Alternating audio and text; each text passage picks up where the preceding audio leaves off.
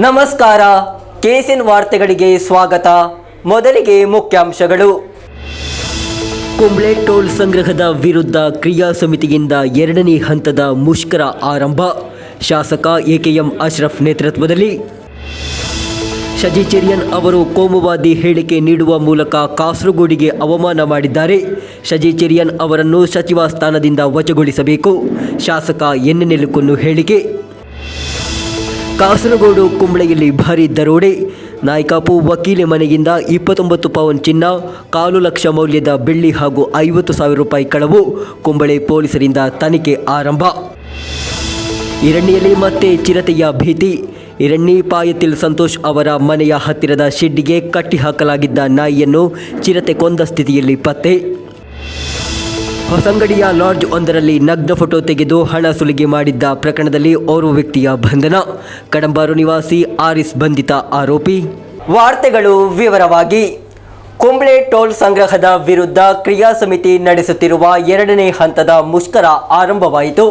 ಜಿಲ್ಲಾಧಿಕಾರಿ ಕಚೇರಿ ಮುಂದೆ ಪ್ರತಿಭಟನೆ ನಡೆಸಲಾಯಿತು. ಶಾಸಕ ಎಕೆಎಂ ಅಶ್ರಫ್ ಪ್ರತಿಭಟನೆಯ ನೇತೃತ್ವ ವಹಿಸಿದ್ದರು.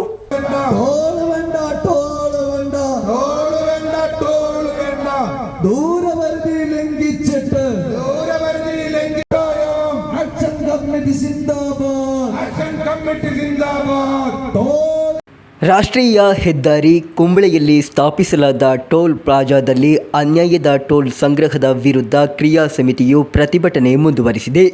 ಪ್ರತಿಭಟನೆಯ 2ನೇ ಹಂತವಾಗಿ ಕಾಸರಗೋಡು ಕಲೆಕ್ಟರೇಟ್ ಪರಿಸರದಲ್ಲಿ ಕ್ರಿಯಾ ಸಮಿತಿಯ ನೇತೃತ್ವದಲ್ಲಿ ಸಾರ್ವಜನಿಕ ಪ್ರತಿನಿಧಿಗಳ ಪ್ರತಿಭಟನಾ ಸಭೆ ನಡೆಯಿತು. ಶಾಸಕ ಎನ್ ನೆಲುಕೊನ್ನು ಪ್ರತಿಭಟನೆಯನ್ನು ಉದ್ಘಾಟಿಸಿದರು. ಶಾಸಕ ಎಕೆಎಂ അഷ്റഫ് സഭയ അധ്യക്ഷತೆ വഹിಸಿದರು. നാളെ നിയമസഭയിൽ കോളിംഗ് അറ്റൻഷനായി വിഷയം അവതരിപ്പിക്കുന്നുണ്ട്. 5 MLA-മാർ CM-നെയും PWD മിനിസ്റ്ററെയും ചീഫ് സെക്രട്ടറിയെയും ആരെയും കാണുന്നുണ്ട്. ഒരു കാര്യം, മറ്റന്നാൾ 21-ാം തീയതി കോടതിയിൽ നിന്ന് നീതിയുക്തമായ ജനപക്ഷ വിധി ഞങ്ങൾ പ്രതീക്ഷിക്കുന്നുണ്ട്. ഒരു പക്ഷേ 20-ന് നിയമസഭയിൽ ഞങ്ങളുടെ ചർച്ചയ്ക്ക് ശേഷം അതേ ടോൾ ബൂത്തിലേക്ക് അതിശക്തമായ കാസർഗോഡ് ജനതയുടെ ഒരു പ്രക്ഷോഭം എന്തായാലും ഞങ്ങൾ നടത്തും. ഒരു കാരണവശാലും 22 കിലോമീറ്ററിൽ അന്യായമായി ടോൾ സ്ഥാപിക്കാൻ ഞങ്ങൾ അനുവദിക്കില്ല. ಸಿಪಿಎಂ ಕುಂಬ್ಳೆ ಪ್ರದೇಶ ಕಾರ್ಯದರ್ಶಿ ಸಿಎ ಸುಬೈರ್ ಸ್ವಾಗತಿಸಿದರು. ಎಲ್ಡಿಎಫ್ ಸಂಚಾಲಕ ಕೆಪಿ ಸತೀಶ್ ಚಂದ್ರನ್, ಯುಡಿಎಫ್ ಸಂಚಾಲಕ A Govindan Nair, Muslim league ಜಿಲ್ಲಾ ಕಾರ್ಯದರ್ಶಿ ಕಲ್ಲಟ್ರ ಮಾಯಿನ್ ಹಜಿ, ಕಾಸರಗೋಡು ನಗರಸಭೆ ಅಧ್ಯಕ್ಷೆ ಶಾಹಿನಾ ಸಲೀಂ, ಬ್ಲಾಕ್ ಪಂಚಾಯತ್ ಅಧ್ಯಕ್ಷ ಕೆಕೆ ಅಬ್ದುಲ್ಲಾ ಕುಂಜಿ ಚೆರ್ಕಳ, ಮಂಜೇಶ್ವರ ಬ್ಲಾಕ್ ಪಂಚಾಯತ್ ಅಧ್ಯಕ್ಷ ಸೈಫುದ್ದೀನ್ ತಂಗಳ್, ಕುಂಬ್ಳೆ ಪಂಚಾಯತ್ ಅಧ್ಯಕ್ಷ ವಿಪಿ ಅಬ್ದುಲ್ ಖಾದರ್, ಚಿಂಗಳ ಪಂಚಾಯತ್ ಅಧ್ಯಕ್ಷ ವಸಂತ್ ಅಜಕೋಡು ಮುಂತಾದವರು ಉಪಸ್ಥಿತರಿದ್ದರು. 2ನೇ ಹಂತದ ಮುಷ್ಕರವನ್ನು ಶಾಸಕ ಎಕೆಎಂ ಅಶ್ರಫ್ ನೇತೃತ್ವ ವಹಿಸಿದರು. ಶಾಸಕ ಎಕೆಎಂ ಅಶ್ರಫ್ ಅವರು ವಿಧಾನಸಭೆಯಲ್ಲಿ ಈ ವಿಷಯವನ್ನು ಪ್ರಸ್ತಾಪಿಸುವುದಾಗಿ ಹೇಳಿದರು. News bureau, Kasaragod. ಶಜಿ ಚೆರಿಯನ್ ಅವರು ಕೋಮುವಾದಿ ಹೇಳಿಕೆ ನೀಡುವ ಮೂಲಕ ಕಾಸರಗೋಡಿಗೆ ಅವಮಾನ ಮಾಡಿದ್ದಾರೆ ಎಂದು ಶಾಸಕ ಎನ್ ನೆಲುಕೊನ್ನು ಹೇಳಿದರು. ಶಜಿ ಚೆರಿಯನ್ ಅವರನ್ನು ಸಚಿವ ಸ್ಥಾನದಿಂದ ವಜಾಗೊಳಿಸಬೇಕು. ಚುನಾವಣೆಯಲ್ಲಿ ಗೆದ್ದವರ ಹೆಸರನ್ನು ಪರಿಶೀಲಿಸಿ ಎಂದಾಗಿತ್ತು ಸಚಿವರ ಪ್ರಕ್ರಿಯೆ. ಕಾಸರಗೋಡಿನ ಜನರು ಧರ್ಮದ ಆಧಾರದ ಮೇಲೆ ಮತ ಚಲಾಯಿಸುವುದಿಲ್ಲ. ತೊಗಡಿಯ ಹಾಗೂ ರಾಜೀವ್ ಚಂದ್ರಶೇಖರ್ ಅವರ ಭಾಷೆ ಎರವಲು ಪಡೆದು ಶಜಿ ಚೆರಿಯನ್ ಪ್ರತಿಕ್ರಿಯಿಸಿದ್ದಾರೆ ಎಂದು ನೆಲುಕೊನ್ನು ಹೇಳಿದರು. തൊഗാഡിയ ഇപ്പോൾ ഇന്ത്യൻ രാഷ്ട്രീയത്തിൽ നമ്മൾ കുറച്ചു കാലമായി അദ്ദേഹത്തിൻ്റെ പേര് കേൾക്കുന്നുണ്ട്. അപ്പോൾ ശ്രീ സജി ചെറിയാൻ ഇപ്പോൾ തൊഗാഡിയുടെ റോളാണ് എടുത്തിരിക്കുന്നത്. ശ്രീ രാജീവ് ചന്ദ്രശേഖരൻ്റെ നാവ് ശ്രീ സജി ചെറിയാൻ കടമെടുത്തിരിക്കുന്നു എന്നാണ് അത് സംബന്ധിച്ച് എനിക്ക് പറയാനുള്ളത്. അപ്പോൾ കാസർഗോഡിൻ്റെ പ്രത്യേകത നമുക്കറിയാം. നിരവധി മതങ്ങൾ, ജാതികളൊക്കെ ഉൾക്കൊള്ളുന്ന ഒരു പ്രദേശമാണ്. ഈ പ്രദേശത്തെ രാഷ്ട്രീയ പാർട്ടികൾ പല ജാതിക്കാരുണ്ട്, പല മതവിശ്വാസികളുണ്ട്, പല ഭാഷകൾ സംസാരിക്കുന്ന ആളുകളുണ്ട്. അവർ ജനപ്രതിനിധിയാകുമ്പോൾ അവർ മതത്തിൻ്റെ പേരിലുള്ള വോട്ട് അഭ്യർത്ഥിച്ചിട്ടുണ്ട്, അവർ ജാതിയുടെ പേരിലുള്ള വോട്ട് അഭ്യർത്ഥിക്കും. ഏതെങ്കിലും രാഷ്ട്രീയ പാർട്ടിയിൽ ഒരു പ്രത്യേക മതത്തിൽ വിശ്വസിക്കുന്ന ആളുകളുണ്ടെങ്കിൽ അതിൻ്റെ അർത്ഥം എന്താണ്? അത് ശ്രീ സജി ചെറിയാൻ്റെ പാർട്ടിയിൽ മുസ്ലിങ്ങളില്ലേ, ശ്രീ സജി ചെറിയാൻ്റെ പാർട്ടിയിൽ ക്രിസ്ത്യാനികളില്ലേ? അപ്പോൾ ശ്രീ സജി ചെറിയാൻ്റെ പാർട്ടിയിൽ ചില പഞ്ചായത്തുകളിൽ ഒരു പ്രത്യേക വിഭാഗം ആളുകൾ മാത്രമാണല്ലോ ഉള്ളത്. അതുകൊണ്ട് മറ്റെന്തെങ്കിലും ദുർവ്യാഖ്യാനം നമുക്കതിന് നൽകാൻ പറ്റും. അപ്പോൾ ശ്രീ സജി ചെറിയാനെ സംബന്ധിച്ചിടത്തോളം അദ്ദേഹം കേരളത്തിൻ്റെ സാംസ്കാരിക വകുപ്പ് കൈകാര്യം ചെയ്യുന്ന മന്ത്രിയാണ്. ഒരു സംസ്കാര ശൂന്യമായ പ്രസ്താവനയാണ് അദ്ദേഹത്തിൻ്റെ നിന്നുണ്ടായിട്ടുള്ളത്. മുഖ്യമന്ത്രി നമ്മുടെ സാംസ്കാരിക വകുപ്പിൽ നിന്ന് അദ്ദേഹത്തെ മാറ്റി നിർത്തണമെന്നാണ് എനിക്ക് പറയാനുള്ളത്. ഇത് കാസർഗോഡ് ജില്ലയെയും കാസർഗോട്ടെ ജനങ്ങളെയും കാസർഗോഡിൻ്റെ മതേതരത്വത്തെയും ആണ് ശ്രീ സജി ചെറിയാൻ അപമാനിച്ചിട്ടുള്ളത്. ഈ ഒരു എന്താണ് അദ്ദേഹം പറഞ്ഞത്? കാസർഗോട്ടെ മുനിസിപ്പാലിറ്റിയിലെ അതുപോലെ തന്നെ മറ്റ് പഞ്ചായത്തുകളിലെ കാസർഗോട്ടെ MLA-മാരുടെ പേരെടുത്ത് നോക്കൂ എന്നാണ് അദ്ദേഹം പറഞ്ഞത്. അതിൻ്റെ അർത്ഥം എന്താണ്? അതിൻ്റെ അർത്ഥം പച്ചയായി പറഞ്ഞാൽ ഒരു പ്രത്യേക മതവിശ്വാസികൾ ജനപ്രതിനിധികളായി തീരുന്നുണ്ട് എന്നാണ്. അത് പാടില്ല എന്നാണോ ശ്രീ സജിയാൻ പറയുന്നത്? ഒരു മുസ്ലിമായ എനിക്ക് ഒരു ജനപ്രതിനിധിയായുള്ള അവകാശം അർഹതയില്ല. ഞാൻ ജനപ്രതിനിധിയായ അതിൻ്റെ അർത്ഥം എന്താണ്? ഞാൻ ജനപ്രതിനിധിയായ അതിൻ്റെ അർത്ഥം നമ്മുടെ മതേതരത്വം. ഞാൻ ജനപ്രതിനിധി എന്ന നിലയിൽ കാസർഗോഡിൻ്റെ ബഹുസ്വരത ശക്തിപ്പെടുത്തുന്ന നീക്കങ്ങൾ ഇതുവരെ എൻ്റെ ഭാഗത്തുണ്ടായിട്ടുള്ളൂ. എല്ലാ ജനപ്രതിനിധിയുടെ ഭാഗത്ത് അത് മാത്രമേ ഉണ്ടായിട്ടുള്ളൂ. അപ്പോൾ ശ്രീ സജി ചെറിയാൻ്റെ പ്രസ്താവന കാര്യങ്ങൾ മനസ്സിലാക്കാതെ നമ്മുടെ നാട്ടിൽ നിലവിലുള്ള ഈ മതേതരത്വവും സൗഹാർദ്ദവും തകർക്കാനുള്ള ഒരു പ്രസ്താവനയാണ് സജി ചെറിയാൻ്റെ ഭാഗത്ത് ഉണ്ടായിട്ടുള്ളത് എന്ന കാര്യത്തിൽ ആദർശമില്ല. പലരുടെയും ഭാഗത്ത് നിന്ന് നമ്മുടെ കേരളം ഒരിക്കലും കേൾക്കാൻ ആഗ്രഹിക്കാത്ത പല പ്രസ്താവനകളും വന്നുകൊണ്ടിരിക്കുകയാണ്. ആ കൂട്ടത്തിൽ ശ്രീ സജി ചെറിയാൻ്റെ പ്രസ്താവന. എനിക്കൊരു കാര്യം കൂടി പറയാനുണ്ട്. അബുദാബിയിൽ വാഹനാപകടത്തിൽ 5 കുട്ടികളടക്കം മരണപ്പെട്ടു. ആ സമയത്ത് സൗദിയിൽ നിന്ന് കേരളത്തെ ഞെട്ടിച്ചുകൊണ്ട് കേരളത്തിലെ മുഴുവൻ ആളുകളെയും വേദനിപ്പിച്ചുകൊണ്ടുള്ള ഒരു സ്റ്റേറ്റ്മെൻറ്റ് ഓൺലൈനിൽ സൗദിയിൽ താമസിക്കുന്ന കേരളീയനായ ഒരാളായി വന്നു. എത്രമാത്രം നമ്മൾ ഞെട്ടി. അദ്ദേഹത്തെ പോലും നാണിപ്പിക്കുന്ന വിധത്തിലാണ് ഈ സജി ചെറിയാൻ്റെ പ്രസ്താവന ഉണ്ടായിട്ടുള്ളതെന്നാണ് അത് സംബന്ധിച്ച് എനിക്ക് പറയാൻ. സജി ചെറിയാന് മതേതര കേരളത്തിൽ ഒരു മന്ത്രിയാകാനും ജനപ്രതിനിധിയാകാനുള്ള യോഗ്യത ಅರ್ಹದ ಶ್ರೀ ಸಜಿ ಚೆರಿಯಾನ್. ಕಾಸರಗೋಡು ಕುಂಬ್ಳೆಯಲ್ಲಿ ಭಾರಿ ದರೋಡೆ. ನಾಯ್ಕಾಪು ವಕೀಲೆ ಮನೆಗಿಂದ 29 ಪವನ್ ಚಿನ್ನ, 1/4 ಲಕ್ಷ ಮೌಲ್ಯದ ಬೆಳ್ಳಿ ಹಾಗೂ 5,000 ರೂಪಾಯಿ ಕಳ್ಳತನವಾಗಿದೆ. ಕಾಸರಗೋಡು ಬಾರ್ನಲ್ಲಿ ವಕೀಲೆಯಾಗಿದ್ದ ಚೈತ್ರ ಅವರ ಮನೆಯಲ್ಲಿ ಈ ದರೋಡೆ ನಡೆದಿರುವುದು. ಕುಂಬ್ಳೆ ಪೊಲೀಸರು ಪ್ರಕರಣ ದಾಖಲಿಸಿಕೊಂಡು ತನಿಖೆ ಆರಂಭಿಸಿದ್ದಾರೆ. ಕುಂಬ್ಳೆ ನಾಯ್ಕಾಪಿನಲ್ಲಿರುವ ವಕೀಲೆಯೊಬ್ಬರ ಮನೆಯಲ್ಲಿ ಭಾರಿ ದರೋಡೆ ನಡೆದಿದೆ. ಕಳ್ಳರು ಮನೆಯ ಹಿಂಬಾಗಿಲನ್ನು ಒಡೆದು ಕಪಾಟಿನಲ್ಲಿ ಇರಿಸಲಾಗಿದ್ದ 29 ಪವನ್ ಚಿನ್ನ, 1/4 ಲಕ್ಷ ಮೌಲ್ಯದ ಬೆಳ್ಳಿ ಆಭರಣಗಳು ಹಾಗೂ 5,000 ರೂಪಾಯಿಯನ್ನು ಕದ್ದಿದ್ದಾರೆ. ಕಾಸರಗೋಡು ಬಾರ್ನಲ್ಲಿ ವಕೀಲೆಯಾಗಿದ್ದ ಚೈತ್ರ ಅವರ ಮನೆಯಲ್ಲಿ ಈ ದರೋಡೆ ನಡೆದಿರುವುದು. ಕದ್ದ ಚಿನ್ನದ ಆಭರಣಗಳಲ್ಲಿ ಹಾರಗಳು, ಬಳೆಗಳು, ಉಂಗುರಗಳು, ಕಿವಿಯೋಲೆಗಳು, ಮಕ್ಕಳ ಹಾರಗಳು, ಚಿನ್ನದ ಬಳೆಗಳು ಸೇರಿವೆ. ಸುಮಾರು 35 ಲಕ್ಷ ರೂಪಾಯಿ ನಷ್ಟವಾಗಿದೆ ಎಂದು ಅಂದಾಜಿಸಲಾಗಿದೆ. ಕಳೆದ ಭಾನುವಾರ ಸಂಜೆ 6:30ರಿಂದ ರಾತ್ರಿ 8 ಗಂಟೆಯ ನಡುವೆ ಈ ಘಟನೆ ನಡೆದಿದೆ. ಕಾಸರಗೋಡು ಬಾರ್ನಲ್ಲಿ ವಕೀಲೆಯಾಗಿದ್ದ ಚೈತ್ರ ಹಾಗೂ ಅವರ ಕುಟುಂಬ ಮನೆಗೆ ಬೀಗ ಹಾಕಿ ಕಣಿಪುರ ಗೋಪಾಲಕೃಷ್ಣ ದೇವಸ್ಥಾನದ ಜಾತ್ರೆಗೆ ಹೋದಾಗ ದರೋಡೆ ನಡೆದಿರುವುದು. ಅವರು ರಾತ್ರಿ 8 ಗಂಟೆಗೆ ಹಿಂತಿರುಗಿದಾಗ ಮನೆಯೊಳಗಿನ ದೀಪಗಳು ಉರಿಯುತ್ತಿದ್ದವು. ಒಳಗೆ ಹೋಗಿ ಪರಿಶೀಲಿಸಿದಾಗ ಬೀರು ಹೊಡೆದು ಬಟ್ಟೆಗಳನ್ನು ಎಳೆದು ಬಿಸಾಕಿ ಒಳಗಿದ್ದ ಆಭರಣಗಳು ಹಾಗೂ ಹಣವನ್ನು ದೋಚಿರುವುದು ಬೆಳಕಿಗೆ ಬಂದಿದೆ. ಕಳ್ಳರು ಹಿಂಬಾಗಿಲು ಮುರಿದು ಮನೆಯೊಳಗೆ ಪ್ರವೇಶಿಸಿದ್ದಾರೆ. ಘಟನೆಯ ಕುರಿತು ಕುಂಬಳೆ ಪೊಲೀಸರು ಪ್ರಕರಣ ದಾಖಲಿಸಿಕೊಂಡು ತನಿಖೆ ಆರಂಭಿಸಿದ್ದಾರೆ. ಶ್ವಾನದಳ ಹಾಗೂ ಬೆರಳಚ್ಚು ತಜ್ಞರು ಸ್ಥಳಕ್ಕೆ ಆಗಮಿಸಿ ಪರಿಶೀಲನೆ ನಡೆಸಿದ್ದಾರೆ. ಚೈತ್ರ ಅವರ ದೂರಿನ ಮೇರೆಗೆ ಕುಂಬಳೆ ಪೊಲೀಸರು ಪ್ರಕರಣ ದಾಖಲಿಸಿಕೊಂಡಿದ್ದಾರೆ. ഇപ്പോൾ ഈ ചുറ്റുവട്ടത്ത് 2-3 പരാതി ഇങ്ങനെ ഒരു കടവ് നടന്നതിലൊരു റിപ്പോർട്ട് ചെയ്തിട്ടുണ്ട്. എന്ന് വെച്ചാൽ ഇപ്പോൾ നായ്ക്ക ഭാഗത്ത് തന്നെ ഒരു 5-6 മാസം മുമ്പായിട്ട് ഒരു കവർച്ച നടന്നിട്ടുണ്ട്. അതുകൂടാതെ നമ്മുടെ ചീറുമ്പ ഭഗവതി അമ്പലത്തിൽ അത് കവർച്ച നടത്തിയ ശേഷം അവർ ഈ സാധനങ്ങൾ കൊണ്ടുപോകാൻ പറ്റാത്തൊരവസ്ഥയിൽ അവിടെ ഉപേക്ഷിച്ച നിലയിൽ കണ്ടെത്തുകയായിരുന്നു. പക്ഷെ അതിലൊന്നും ഇതുവരെ റിക്കവറിയോ ഒന്നും നടന്നിട്ട് ഇതുവരെ ഈ സംഭവവുമായി ബന്ധപ്പെട്ട് ഒരു റിക്കവറിയോ ഒരാൾക്കാരെ പിടിക്കുകയൊന്നും ഇതുവരെ സംഭവിച്ചിട്ടില്ല. News bureau Kumbla. ಚಿರತೆಯ ಭೀತಿಯಲ್ಲಿ ಇರಣ್ಣಿಯಲ್ಲಿ ಮತ್ತೆ ಚಿರತೆ ಕಂಡು ಬಂದಿದೆ ಎಂದು ಸ್ಥಳೀಯರು ಹೇಳುತ್ತಾರೆ. ಇರಣ್ಣಿ ಪಾಯತಿಲ್ ಸಂತೋಷ್ ಅವರ ಮನೆಯ ಹತ್ತಿರದ ಶೆಡ್ಡಿಗೆ ಕಟ್ಟಿ ಹಾಕಲಾಗಿದ್ದ ನಾಯಿಯನ್ನು ಅರ್ಧ ತಿಂದು ಸತ್ತ ಸ್ಥಿತಿಯಲ್ಲಿ ಕಂಡುಬಂದಿದೆ. ಅರಣ್ಯ ಇಲಾಖೆ ಸ್ಥಳಕ್ಕೆ ತಲುಪಿ ಪರಿಶೀಲನೆ ನಡೆಸಿದ್ದಾರೆ. ಸ್ವಲ್ಪ ಸಮಯದ ಬಳಿಕ ಕಾಸರಗೋಡಿನ ಪೂರ್ವ ಪ್ರದೇಶವಾದ ಇರಣ್ಣಿಯಲ್ಲಿ ಮತ್ತೆ ಚಿರತೆಯ ಭಯ ಕಾಣಿಸಿಕೊಂಡಿದೆ. ಇರಣ್ಣಿ ಪಾಯತ್ನಲ್ಲಿ ಚಿರತೆಯೊಂದು ಸಾಕುನಾಯಿಯನ್ನು ಕಚ್ಚಿಕೊಂಡ ಘಟನೆಯ ಬಳಿಕ ಸ್ಥಳೀಯರು ಭಯಭೀತರಾಗಿದ್ದಾರೆ. ಪಾಯತ್ನಲ್ಲಿ ವೈರಿಂಗ್ ಕೆಲಸಗಾರ ಸಂತೋಷ್ ಎಂಬವರಿಗೆ ಸೇರಿದ 1 ವರ್ಷದ ಸಾಕುನಾಯಿಯನ್ನು ಚಿರತೆ ಹಿಡಿದಿದೆ. ನಾಡನ್ನು ಬೆಚ್ಚಿ ಬೀಳಿಸಿದ ಘಟನೆ ಸೋಮವಾರ ಬೆಳಿಗ್ಗೆ ನಡೆದಿರುವುದು. ಮನೆಯ ಅಂಗಳದಲ್ಲಿ ಕಟ್ಟಿ ಹಾಕಲಾಗಿದ್ದ ನಾಯಿಯ ಮೇಲೆ ದಾಳಿ ಮಾಡಿದ ಚಿರತೆ ಅದರ ದೇಹದ ಅರ್ಧ ಭಾಗವನ್ನು ತಿಂದು ಬಿಟ್ಟು ಹೋಗಿದೆ. ಸೋಮವಾರ ಬೆಳಿಗ್ಗೆ ಮನೆಯವರು ಎಚ್ಚರಗೊಂಡು ನೋಡಿದಾಗ ನಾಯಿ ಸತ್ತಿರುವ ಸ್ಥಿತಿಯಲ್ಲಿ ಕಂಡುಬಂದಿದೆ. ತನಿಖೆಯ ಬಳಿಕ ಚಿರತೆ ದಾಳಿ ಮಾಡಿರುವುದು ತಿಳಿದು ಬಂದಿದೆ. ಈ ರೀತಿಯ ಚಿರತೆ ದಾಳಿ ಈ ಹಿಂದೆಯೂ ಈ ಪ್ರದೇಶದಲ್ಲಿ ನಡೆದಿತ್ತು. ಸಂತೋಷ್ ಅವರ ಚಿಕ್ಕಪ್ಪ ಕುഞ്ഞിക്കണ്ണൻ ಮಣಿಯಾಣಿ ಅವರಿಗೆ ಸೇರಿದ 2 ನಾಯಿಯನ್ನು ತಿಂಗಳ ಹಿಂದೆ ಚಿರತೆ ಕೊಂದಿತ್ತು ಎಂದು ಸ್ಥಳೀಯರು ಹೇಳುತ್ತಾರೆ. ಇರಣ್ಣಿ, ಪಾಯಂ, ಕುಣಿಗೇರಿ, ಬೇಪು ಮುಂತಾದ ಪ್ರದೇಶಗಳಲ್ಲಿ ಚಿರತೆಗಳು ಕಂಡುಬರುತ್ತಿವೆ. ಚಿರತೆಗಳು ಮಾನವ ಜೀವಕ್ಕೆ ದೊಡ್ಡ ಅಪಾಯವನ್ನುಂಟು ಮಾಡುತ್ತಿವೆ ಎಂದು ಸ್ಥಳೀಯರು ಹೇಳುತ್ತಾರೆ.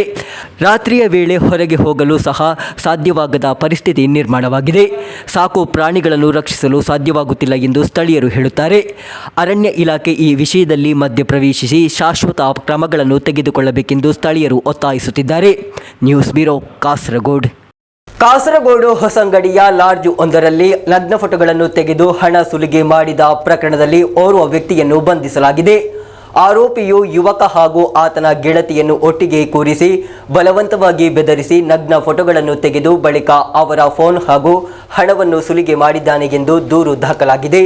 ಮಂಜೇಶ್ವರ ಹೊಸಂಗಡಿಯ ಲಾಡ್ಜ್ ಒಂದರ ಕೋಣೆಗೆ ನುಗ್ಗಿ ಯುವಕ ಹಾಗೂ ಆತನ ಗೆಳತಿಯನ್ನು ಒಟ್ಟಿಗೆ ಕೂರಿಸಿ ನಗ್ನ ಫೋಟೋ ತೆಗೆದು ಬೆದರಿಸಿ ಅವರ ಮೊಬೈಲ್ ಫೋನ್ ಹಾಗೂ ಹಣವನ್ನು ಸುಲಿಗೆ ಮಾಡಿದ ಪ್ರಕರಣದಲ್ಲಿ ಮಂಜೇಶ್ವರ ಪೊಲೀಸರು ಓರ್ವ ವ್ಯಕ್ತಿಯನ್ನು ಬಂಧಿಸಿದ್ದಾರೆ.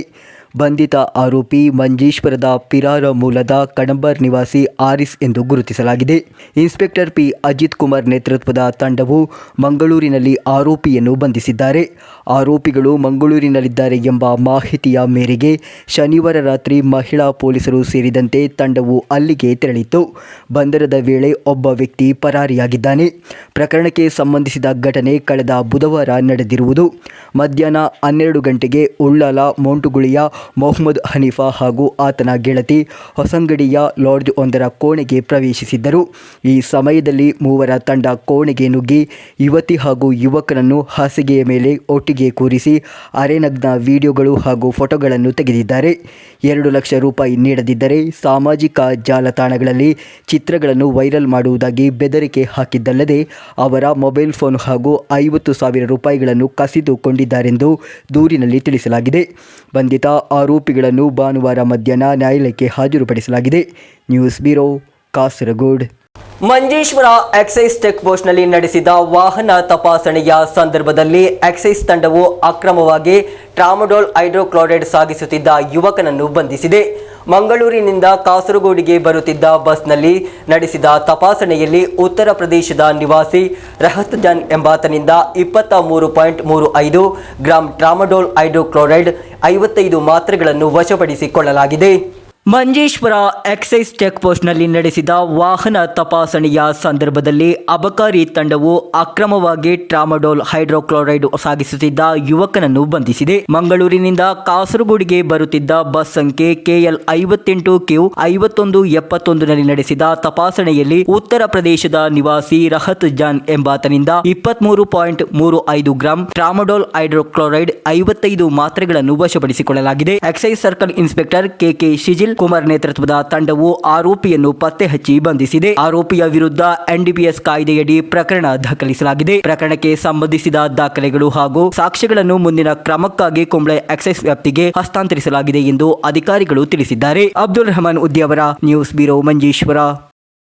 ಚೌಕಿ ಹೆದ್ದಾರಿ ಅಭಿವೃದ್ಧಿಯ ಭಾಗವಾಗಿ ಕೆಡವಲಾಗಿದ್ದ ಚೌಕಿ ನೂರಲ್ ಹುದಾ ಜುಮಾ ಮಸೀದಿಯನ್ನು ಹೊಸದಾಗಿ ನಿರ್ಮಿಸಿ ನಾಡಿಗೆ ಸಮರ್ಪಿಸಲಾಯಿತು. ಸಮಸ್ತ ಕೇರಳ ಜುಮೈತುಲ್ ಉಲಾಮಾ ಅಧ್ಯಕ್ಷ ಸೈಯದ್ ಜಫ್ರಿ ಮುತ್ತುಕೋಯ ತಂಗಳ್ ಮಸೀದಿಯನ್ನು ವಿಶ್ವಾಸಿಗಳಿಗೆ ಸಮರ್ಪಿಸಿದರು. ಹೆದ್ದಾರಿಯ ಅಭಿವೃದ್ಧಿಯ ಭಾಗವಾಗಿ ಕೆಡವಲಾಗಿದ್ದ ಚೌಕಿ ನೂರಲ್ ಹುದಾ ಜುಮಾ ಮಸೀದಿಯನ್ನು ಹೊಸದಾಗಿ ನಿರ್ಮಿಸಿ ವಿಶ್ವಾಸಿಗಳಿಗೆ ಸಮರ್ಪಿಸಲಾಯಿತು.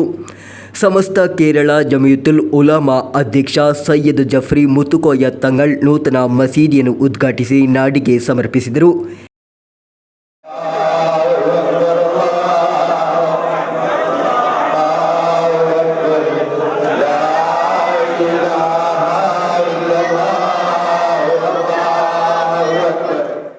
ಹೆಚ್ಚಿನ ಸೌಲಭ್ಯಗಳನ್ನು ಒದಗಿಸುವ ರೀತಿಯಲ್ಲಿ ನೂತನ ಮಸೀದಿಯನ್ನು ನಿರ್ಮಿಸಲಾಗಿದೆ. ಜಮಾತ್ ಅಧ್ಯಕ್ಷ ಅಬ್ದು ಕಾವ್ಗುಳಿ ಅಧ್ಯಕ್ಷತೆ ವಹಿಸಿದರು. ಮಜೀದ್ ಭಕವಿ, ಅಬ್ದುಲ್ ರೆಹಮಾನ್ ಬಿನ್ ಶೇಖಕ್ ತಂಗಳ್, ಸುಬೈರ್ ಸಹದಿ ಪುಟ್ಟಂಪಾಲಂ, ಅಸ್ರಫ್ ರಹಮಾನಿ ಚೌಕಿ ಮುಂತಾದವರು ಶುಭ ಹಾರೈಸಿದರು. ಉದ್ಘಾಟನೆಗೆ ಸಂಬಂಧಿಸಿದ 2 ದಿನಗಳ ಧಾರ್ಮಿಕ ಪ್ರವಚನದಲ್ಲಿ ಮೊಹಮ್ಮದ್ ಅಲಿ ಸಕಾಫಿ ಮುಳ್ಳೂರ್ಕರ, ಆಸಿಫ್ ಅನ್ವರ್ ಮನಾನಿ ತೊಡುಪುಳ ಭಾಷಣ ಮಾಡಲಿದ್ದಾರೆ. ಜಮಾತ್ ಸಮಿತಿಯ ಪದಾಧಿಕಾರಿಗಳಾದ ಕೆಪಿ ಮೊಹಮ್ಮದ್, ಹಮೀದ್, ರಹಮಾನ್ ಕನ್ಯಪಾಡಿ, ಕರೀಂ ಮೇಲ್ಪಾರ, ಸವಾದ್ ಕಲಂಗೈ, ಮುನೀರ್ ಕುನಿಲ್, ಸದಸ್ಯರಾದ ಮುಸ್ತಫಾ ತೋರವಳಫ್, ಗಫೂರ್ ಪೆರಾಲ್, ಕರೀಂ ಚೌಕಿ, ಸಿರಾಜ್ ಕೆಕೆಪುರ, ಅಸೈನಾರ್ ಚೌಕಿ, ಸುಲೈಮಾನ್ ಚೌಕಿ, ಹಾರಿಫ್ ಕಡ್ಪುರ ಸೇರಿದಂತೆ ಅನೇಕ ಧಾರ್ಮಿಕ, ರಾಜಕೀಯ, ಸಾಮಾಜಿಕ, ಸಾಂಸ್ಕೃತಿಕ ಕ್ಷೇತ್ರಗಳ ಮುಂದಾಳುಗಳು ಕಾರ್ಯಕ್ರಮದಲ್ಲಿ ಉಪಸ್ಥಿತರಿದ್ದರು. ಪ್ರಧಾನ ಕಾರ್ಯದರ್ಶಿ ಶಾಫಿ ಕೆಕೆಪುರ ಸ್ವಾಗತಿಸಿ ಕೋಶಾಧಿಕಾರಿ ಮೊಯ್ದು ಅರ್ಜಲ್ ಧನ್ಯವಾದವಿತ್ತರು. News bureau, Kasaragod. ಕನ್ನಡ ಸಾಹಿತ್ಯ ಪರಿಷತ್ ಆಶ್ರಯದಲ್ಲಿ ಕಾಸರಗೋಡಿನಲ್ಲಿ ಡಾಕ್ಟರ್ ನರಹರಿ ಮತ್ತು ಐಐಡಿ ಕೃತಿ ಸಂವಾದ ಕಾರ್ಯಕ್ರಮ ನಡೆಯಿತು. ಇಂಗ್ಲೆಂಡಿನ ನಾಟಿಂಗ್ ಹ್ಯಾಮ್ ವಿಶ್ವವಿದ್ಯಾನಿಲಯದ ಹೆಪಟೋಲಜಿ ವಿಭಾಗದ ಪ್ರೊಫೆಸರ್ ಡಾಕ್ಟರ್ ಗುರುಪ್ರಸಾದ್ ಐತಾಳ್ ಕಾರ್ಯಕ್ರಮವನ್ನು ಉದ್ಘಾಟಿಸಿದರು. ಆನೆಕಾಲು ರೋಗಕ್ಕೆ ತುತ್ತಾದವರ, ಲೈಂಗಿಕ ಕಾರ್ಯಕರ್ತೆಯರ, ಅಲೆಮಾರಿ ಮಕ್ಕಳ ಬದುಕಿಗೆ ಬೆಳಕಾದ ಡಾಕ್ಟರ್ ನರಹರಿ ಅವರ ಮಾನವೀಯ ಕಾಳಜಿ, ಸಾಮಾಜಿಕ ಸೇವೆ ಅನುಪಮವಾದದ್ದು ಎಂದು ಇಂಗ್ಲೆಂಡಿನ ನಾಟಿಂಗಲ್ ಹ್ಯಾಮ್ ವಿಶ್ವವಿದ್ಯಾನಿಲಯದ ಹೆಪಟೋಲಜಿ ವಿಭಾಗದ ಪ್ರೊಫೆಸರ್ ಡಾಕ್ಟರ್ ಗುರುಪ್ರಸಾದ್ ಐತಾಳ್ ಹೇಳಿದರು. ಬ್ರಹ್ಮಾಂಡದ ಬಗ್ಗೆ ಬರೆದಿದ್ರು. ನಮ್ಮ ಭೂಮಿಯ ಮೇಲಿರುವಂಥ ಸೂರ್ಯನಿಂದ ಬಿಸಿಲು ಬೀಳುತ್ತದೆ ಅಂತೇನೋ ಬರೆದಿದ್ರು. ಜೆ.ಟಿ. ನಾರಾಯಣರಾವ್ ಬಗ್ಗೆ ಗೊತ್ತಿರ್ಬೋದು. ಜೆ.ಟಿ. ನಾರಾಯಣರಾವ್ ಟೀಕೆ ಮಾಡಿದ್ರು, ಬ್ರಹ್ಮಾಂಡದಲ್ಲಿ ಮೇಲೆ ಯಾವುದು ಕೆಳಗೆ ಯಾವುದು. ಹಾಗೆ ಕಾರಂತರು ಪ್ರಾಣಿ ಪ್ರಪಂಚದ ಬಗ್ಗೆ ಬರೆದಿದ್ರು. ಅದರಲ್ಲಿ ಎಲ್ಲೋ ಒಂದು ಇರುವೆಗಳು, 100 ಇರುವೆಗಳಿವೆ ಅಂತೇನೋ ಬರೆದಿದ್ರು. ನಮ್ಮ ಪೂರ್ಣ ಪ್ರಜ್ಞದ ಮಧ್ಯಸ್ಥರು, ಪ್ರಾಣಿಶಾಸ್ತ್ರದ ಪಂಡಿತರವರು 10,000 ಇರುವೆಗಳಿವೆ. ಯಾವಾಗ ಓದಿದ್ದು ಕಾರಂತರು ಮಾಡಿದ್ದು ಮಕ್ಕಳಿಗಾಗಿ ಎಷ್ಟೋ ವರ್ಷದ ಹಿಂದೆ, 25 ವರ್ಷದ ಹಿಂದೆ. 20 ವರ್ಷದ ನಂತರ ಅದರದ್ದು ಪ್ರತಿಯಾಗುವಾಗ ಪುನಃ ಓದಬೇಕೋ ಬೇಡವೋ ಅಂತ ಮಧ್ಯಸ್ಥರ ಪ್ರಶ್ನೆ. ಹಾಗೆ ನಿಖರತೆ ಇರಬೇಕಾಗ್ತದೆ, ನಿಷ್ಠುರತೆ ಇರಬೇಕಾಗ್ತದೆ, ವಿಷಯವನ್ನು ಸ್ಪಷ್ಟವಾಗಿ ತಿಳ್ಕೊಳ್ಬೇಕಾಗ್ತದೆ. ಆದರೆ ಸತ್ಯ ಹುಡುಕಾಟ ಸಾಹಿತ್ಯದ ಕೆಲಸ. ಸತ್ಯ ಯಾವಾಗಲೂ ಸಾಂದರ್ಭಿಕ ಸತ್ಯ, ಅನಂತವಾದದ್ದು, ಸಂಪೂರ್ಣವಾದದ್ದು ಸತ್ಯ ಇಲ್ಲ ಅಂತ. ಅದು ವಿಜ್ಞಾನದ ಗ್ರಹಿಕೆ. ಹಾಗಾಗಿ ನಾವು ಸಾಕ್ಷಿಯನ್ನು ಹುಡುಕ್ತೇವೆ. ಕನ್ನಡ ಸಾಹಿತ್ಯ ಪರಿಷತ್ ಕೇರಳ ಗಡಿನಾಡ ಘಟಕದ ಆಶ್ರಯದಲ್ಲಿ ಕಾಸರಗೋಡಿನ ಐಎಂಎ ಹಾಲ್ನಲ್ಲಿ ನಡೆದ ಆನೆಕಾಲಿಗೆ ಅಂಕುಶ ಸಂಯೋಜಿತ ಚಿಕಿತ್ಸೆಯ ಹರಿಕಾರ ಡಾಕ್ಟರ್ ನರಹರಿ ಮತ್ತು ಐಐಡಿ ಎಂಬ ಕೃತಿಯ ಕುರಿತು ನಡೆದ ಸಂವಾದ ಕಾರ್ಯಕ್ರಮವನ್ನು ದೀಪ ಬೆಳಗಿಸಿ ಉದ್ಘಾಟಿಸಿದ ಬಳಿಕ ಅವರು ಮಾತನಾಡುತ್ತಿದ್ದರು. ಡಾಕ್ಟರ್ ನರಹರಿ ಹಾಗೂ ಐಐಡಿ ಕೃತಿಯು ಇಂಗ್ಲಿಷ್, ಹಿಂದಿ ಸೇರಿದಂತೆ ಇತರ ಭಾಷೆಗಳಿಗೆ ಭಾಷಾಂತರಗೊಂಡು ಡಾಕ್ಟರ್ ನರಹರಿಯವರು ಕಾಸರಗೋಡಿನಲ್ಲಿ ಮಾಡಿದ ಈ ಕ್ರಾಂತಿ ವಿಶ್ವಕ್ಕೆ ತಿಳಿಯುವಂತಾಗಬೇಕು ಎಂದು ಹೇಳಿದರು. ಕನ್ನಡ ಸಾಹಿತ್ಯ ಪರಿಷತ್ ಕೇರಳ ಗಡಿನಾಡ ಘಟಕದ ಅಧ್ಯಕ್ಷ ಡಾಕ್ಟರ್ ಜಯಪ್ರಕಾಶ್ ನಾರಾಯಣ್ ತೊಟ್ಟೆತೊಡಿ ಅಧ್ಯಕ್ಷತೆ ವಹಿಸಿದರು. ಕವಿ, ಪತ್ರಕರ್ತ ರಾಧಾಕೃಷ್ಣ ಕೆ ಉಳಿಯತಡ್ಕ, ಡಾಕ್ಟರ್ ಶ್ರೀಪತಿ ಕಜಂಪಾಡಿ, ಪ್ರಾಧ್ಯಾಪಕ ಡಾಕ್ಟರ್ ಧನಂಜಯ ಕುಂಬ್ಳೆ, ಕತೆಗಾರ್ತಿ ಸ್ನೇಹಲತಾ ದಿವಾಕರ, ತಾಳಮದ್ದಲೆ ಅರ್ಥಧಾರಿ ಜಬ್ಬರ್ ಸಮಯ ಸಂಪಾಜೆ, ಪತ್ರಕರ್ತ ವಿಜಿ ಕಾಸರಗೋಡು, ಗಣೇಶ್ ಭಟ್ ವಾರಣಾಸಿ, ಬ್ರಿಜೇಶ್ ಕಾಸರಗೋಡು ಮುಂತಾದವರು ಮಾತನಾಡಿದರು.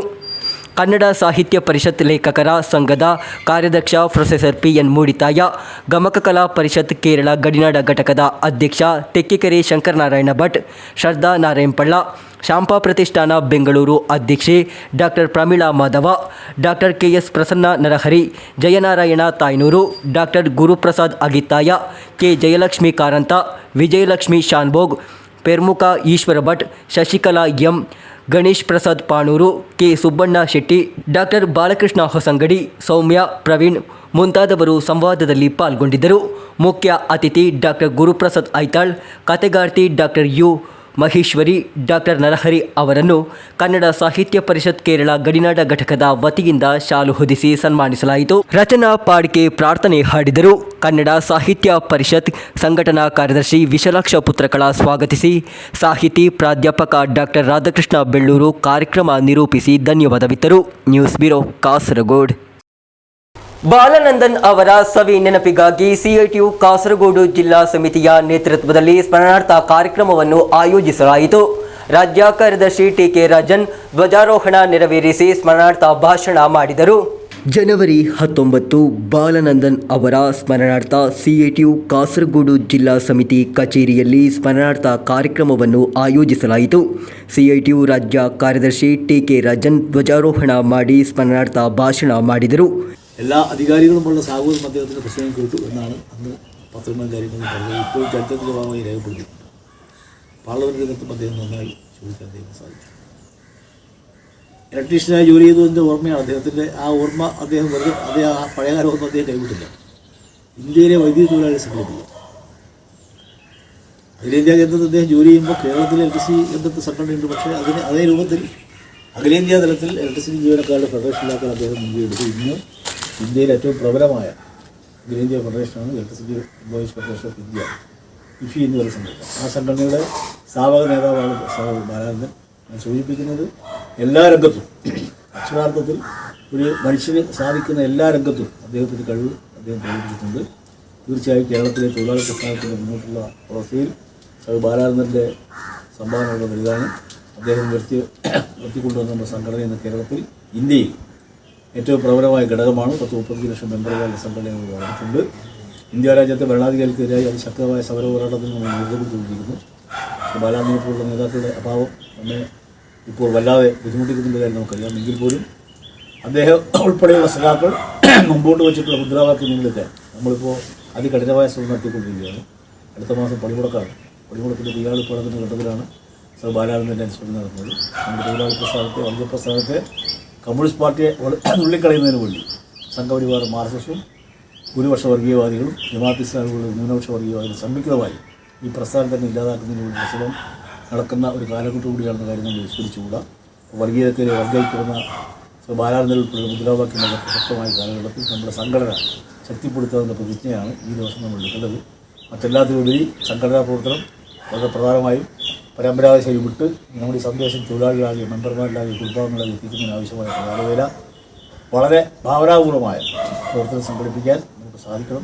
അദ്ദേഹത്തിൻ്റെ സ്മരണം നിലനിർത്തുന്നതിന് വേണ്ടി, അദ്ദേഹത്തോടുള്ള ആദരവ് പ്രകടിപ്പിക്കുന്നതിന് വേണ്ടി നമുക്ക് ഒറ്റക്കെട്ടായി മുന്നേറാം. സഖാവ് ബാലനന്ദൻ്റെ ಸ್ಮರಣಕ್ಕೆ ಮುಂಬಿ ಆದರಾಗಿ ನಿರ್ವಹಿಸಿಕೊಂಡು ಜನರ ವಾಕ್ಯ ಅವಸಾನ. ಕೆ ರವೀಂದ್ರನ್ ಸ್ವಾಗತಿಸಿದರು. ಎ ನಾರಾಯಣ್ ಅಧ್ಯಕ್ಷತೆ ವಹಿಸಿದರು. News bureau, Kasaragod. ಪ್ರೇಕ್ಷಕರಿಗೆ ಸುಂದರವಾದ ರಾತ್ರಿಯ ಮನೋಹರ ನೋಟವನ್ನು ಸಿದ್ಧಪಡಿಸಿದೆ KCN ನ್ಯೂಸ್. ಇದು ಕೇವಲ ನೋಟವಲ್ಲ, ಬದಲಾಗಿ ವರ್ಣರಂಜಿತ ಅಲಂಕಾರಿಕ ಬಲ್ಬುಗಳಿಂದ ಮಾಡಿದ ಕಿಲೋಮೀಟರ್ ಉದ್ದದ ಕಮಾನಿನ ದೃಶ್ಯಾವಳಿ, ಗೋಡೆಗಳನ್ನು ವರ್ಣರಂಜಿತವಾಗಿ ಅಲಂಕರಿಸಿರುವ ನೋಟಗಳು, ನೆಲ್ಲಿಕೊನ್ನು ತಂಗಳ್ ಉಪಾಪ ಉರುಸಿನ ಸೌಂದರ್ಯದ ರಾತ್ರಿಯ ನೋಟವನ್ನು ಪ್ರವೀಣ್ ಧರ್ಮಶಾಲಾ ಸೆರೆ ಹಿಡಿದ ದೃಶ್ಯಾವಳಿಗಳನ್ನು ಈಗ ನೀವು ನೋಡಬಹುದು.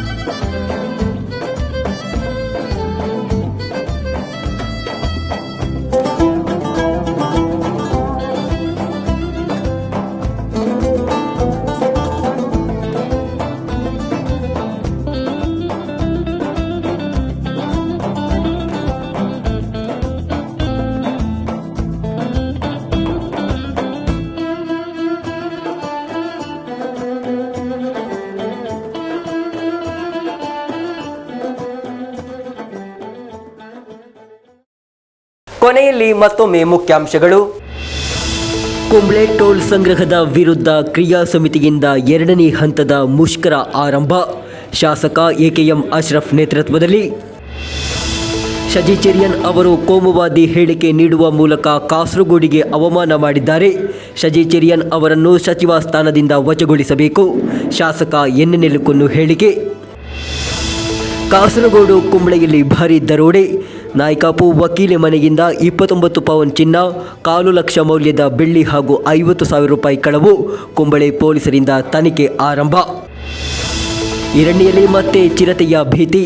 ಇರಣ್ಣಿ ಪಾಯತಿಲ್ ಸಂತೋಷ್ ಅವರ ಮನೆಯ ಹತ್ತಿರದ ಶೆಡ್ಡಿಗೆ ಕಟ್ಟಿಹಾಕಲಾಗಿದ್ದ ನಾಯಿಯನ್ನು ಚಿರತೆ ಕೊಂದ ಸ್ಥಿತಿಯಲ್ಲಿ ಪತ್ತೆ. ಹೊಸಂಗಡಿಯ ಲಾಡ್ಜ್ ಒಂದರಲ್ಲಿ ನಗ್ನ ಫೋಟೋ ತೆಗೆದು ಹಣ ಸುಲಿಗೆ ಮಾಡಿದ್ದ ಪ್ರಕರಣದಲ್ಲಿ ಓರ್ವ ವ್ಯಕ್ತಿಯ ಬಂಧನ. ಕಡಂಬಾರು ನಿವಾಸಿ ಆರಿಸ್ ಬಂಧಿತ ಆರೋಪಿ. ಇಂದಿನ ವಾರ್ತಾ ಸಂಚಿಕೆ ಇಲ್ಲಿಗೆ ಮುಕ್ತಾಯವಾಯಿತು.